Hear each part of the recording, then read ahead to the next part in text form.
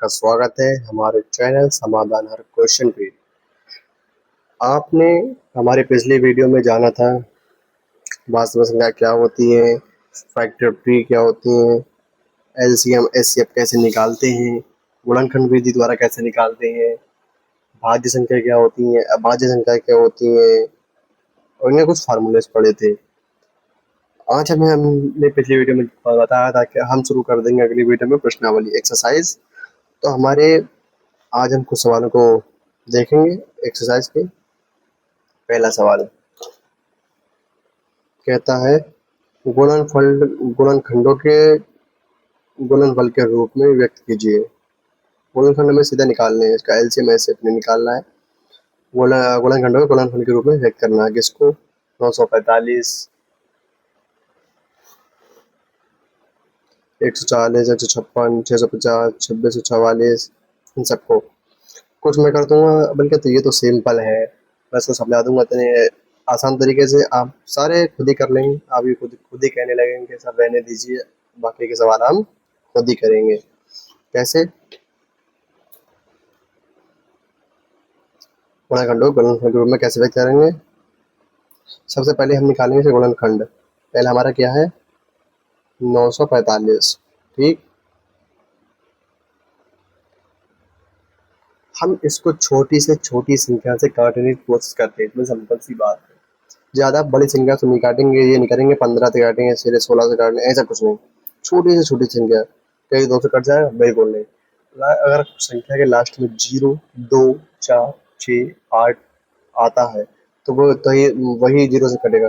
इसका मतलब ये 2 से तो कटेगा नहीं। 3 से काट के देखते हैं। 3 3 9, 3 एकम 3 बचा 1, 3 बचे 15, 3 से कट जाएगा।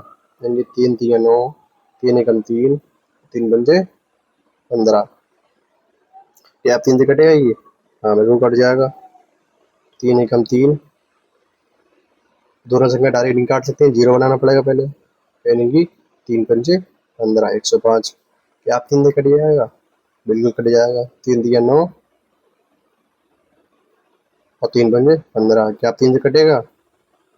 अब नहीं कटेगा भाई, देखो उसमें 3 दिया 9, 5 3 से नहीं कटता है। फिर क्या करेंगे यहाँ पे? 4 से? बिल्कुल नहीं, लास्ट में 5 है तो 4 से तो वैसे नहीं कटेगा। अब 5 से, 5 एकम 5 बचे 4, 45। 5 से भी क्या 5 से कट जाएगा। 5 एकम 5 बचे 4 यानी कि 45, 5 नहीं 45। 19 किससे कटेगा? 19 एक जो है अभाज्य संख्या है जो खुद से ही कटती है। कार्ड बताओ, कट जाएगी किसी से? बताओ। 2 से कट जाएगी, ये कटेगी ना। 3 से कट जाएगी, बताओ। ये किसी से नहीं कटेगी, 19 से खुद से ही कटेगी। ठीक, इसको हम कैसे करेंगे व्यक्त? हम सबसे पहले लिखेंगे इस गुणनखंडों के रूप में 3 गुणा 3 गुणा 3 गुणा 5 गुणा 19। 3 दिया 9, 3 27, पंजे 3 15 की गुणा 9 से करेंगे वो 27 पंजे 2 पंजे 10, 107 पंजे 35। हाँ यही होगा तो आंसर सही हमारा। तो 3 ये संख्या है, तो 3 का क्यूब इंटू 5 इंटू 19, ये हमारा आंसर है। हम इसका आंसर किताब में चेक कर लेते हैं। बिल्कुल 5 एकम 5,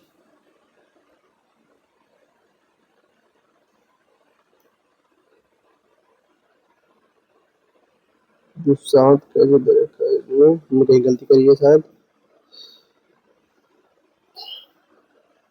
यहाँ शायद कहीं गलती करी है। 3 3 9, 3 एकम 3, 3 पंजे 15 से 3 एकम 3, 3 पंजे 15 के 5 फिर लगा 1, 3 एकम 3 सही है।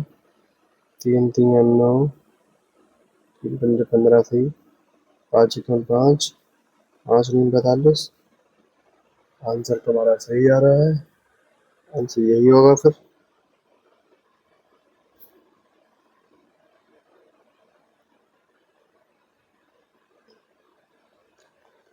जाते हैं कि 7 से भी नहीं, ये फिलहाल आंसर हमारा सही है। अगर आपका मेरा अगर कैलकुलेशन सही है यहाँ तक, अगर आपको गलत लगता है तो फिलहाल चेक कर लीजिएगा। यहाँ तक मुझे आंसर इसका सही लग रहा है। ठीक है, 140 कर देते हैं। 140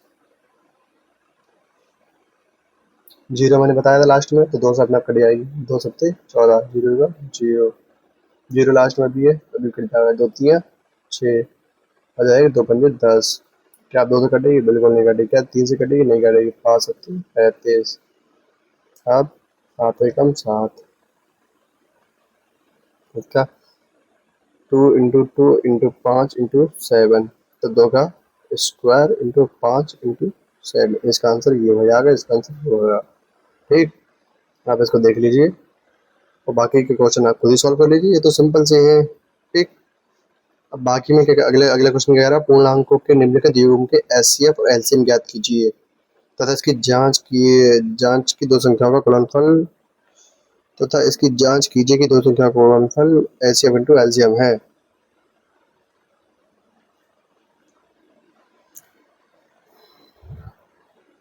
ठीक, पहले हम इसका एचसीएफ और एलसीएम निकालेंगे। किसका? 26 और 19 का। ठीक, इसका एचसीएफ क्या होगा? 2 से काट लेते हैं। 2 एकम 2, 2 तियाँ 6, 13, 13 एकम 13। इसका कैसे कटेगा? ये 2 तो नहीं कटेगी, 3 से नहीं कटेगी, 4 से भी नहीं कटेगी, 5 से भी नहीं कटेगी, 6 से भी नहीं कटेगी, 7 से। 7 एकम 7, 7 तियाँ 21 और 13 एकम 13। इसको हम लिख लेते हैं 26 और 19 2 इंटू 13, 7 इंटू 13। एचसीएफ में हम जोड़े गिनते हैं और एलसीएम में हम जोड़े। पहले हम एलसीएम लिखते हैं, एलसीएम और एचसीएफ। एलसीएम में हम एक जोड़ा लेते हैं, बाकी जो बचा है हम वो भी ले लेते हैं। ठीक, और एचसीएफ में सिर्फ जोड़ा लेते हैं, तो एचसीएफ एलसीएम हमारा ये आ गया। ठीक,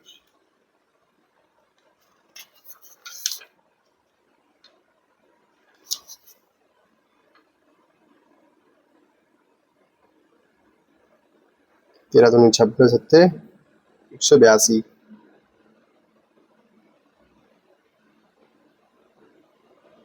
ऐसे हमारा 13 आ गया।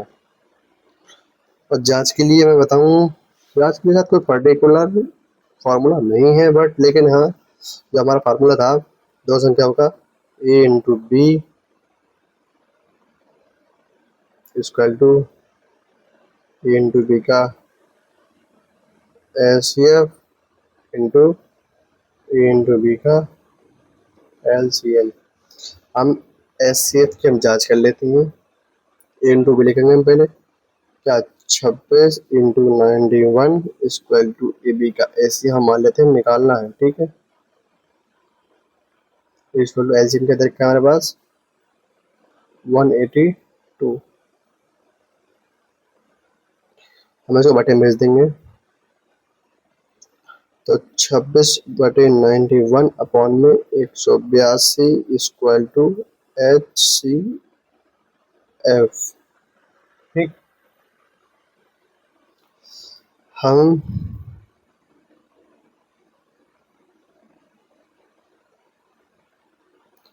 छब्बीस से काट ले रहे हैं। 26 से हमने अभी गुणा करी थी, 26 सत्ते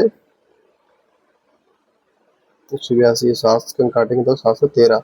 हमारे एचसीएफ क्या था? 13 था। मतलब हमारा ये आंसर जो है वो सही है। ठीक, इसी तरीके से आप आगे भी जांच कर सकते हैं और भी सवाल है।